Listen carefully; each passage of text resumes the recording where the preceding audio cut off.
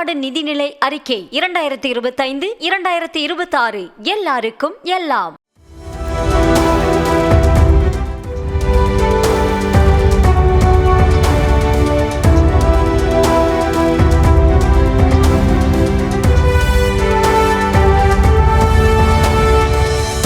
எந்தவித அடிப்படை வசதியும் இல்லாமல் ஓலை குடிசை வீட்டில் சின்ன அகல் விளக்கின் வெளிச்சத்தில் படித்து வரும் இந்த மாணவியின் கனவு மட்டும் பெரியதாகவும் பிரகாசமானதாகவும் உள்ளது.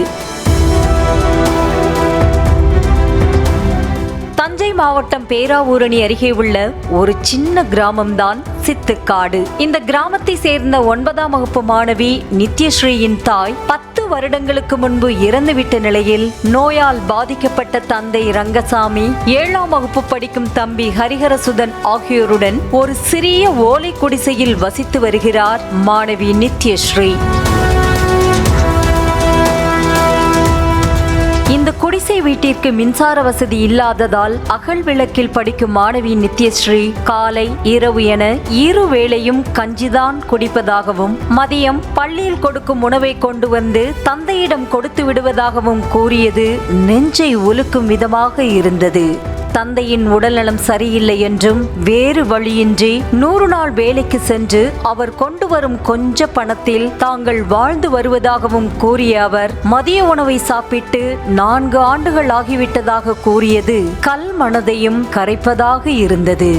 எங்கள் அம்மா 10 வருஷத்துக்கு முன்னாடி இறந்து போயிட்டாங்க. எங்கள் அப்பாவுக்கு ஆக்சிடெண்ட்டில் கால் யானைக்கால் மிதந்துருச்சு. எங்கள் அப்பா எந்த வேலைக்கும் போக மாட்டாங்க, 100 நாள் வேலைக்கு தான் போவாங்க. படிப்பு சம்மந்தமாக ஒரு விளக்கு மட்டும் வாங்கி கொடுத்துருக்காங்க, அதில் தான் தினைக்கும் படிப்பேன். சாப்பாடுன்னு பார்த்திங்கன்னா எங்கள் அப்பா காலைல ஒரு நேரம் தான் சமைப்பாங்க. அதைத்தான் நான் ஸ்கூலில் கொண்டு போய் சாப்பிட்டு மத்தியானம் ஸ்கூல் சாப்பாடு வாங்கிட்டு வந்து எங்கள் அப்பாட்ட கொடுப்பேன். எங்கள் அப்பா சமைச்சு வச்சுருக்க சாப்பாடு நைட்டு சாப்பிடுவேன். இதே மாதிரி தான் ரொட்டீனாக சாப்பிட்டுட்டு இருக்கேன்.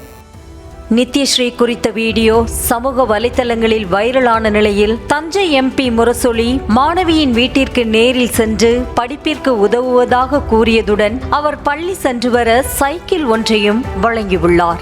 ஒரு நாடாளுமன்ற உறுப்பினர் முரசொலி அவர் எல்லா உதவியும் செய்கிறேன்னு பார்த்துட்டு இன்னைக்கு சைக்கிள் பாப்பாவுக்கு வாங்கி கொடுத்துருக்காரு. இன்னும் எல்லாம் நம்ம செய்கிறேன்னு சொல்லியிருக்காரு. மேற்கொண்டு செய்வாருன்னு நம்பிக்கை இருக்குது.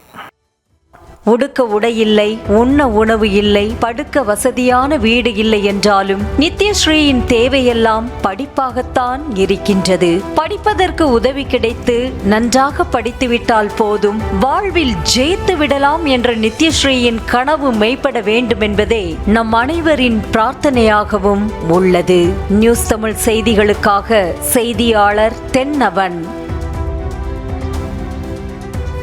தமிழ்நாடு நிதிநிலை அறிக்கை 2025-2026 எல்லாருக்கும் எல்லாம்.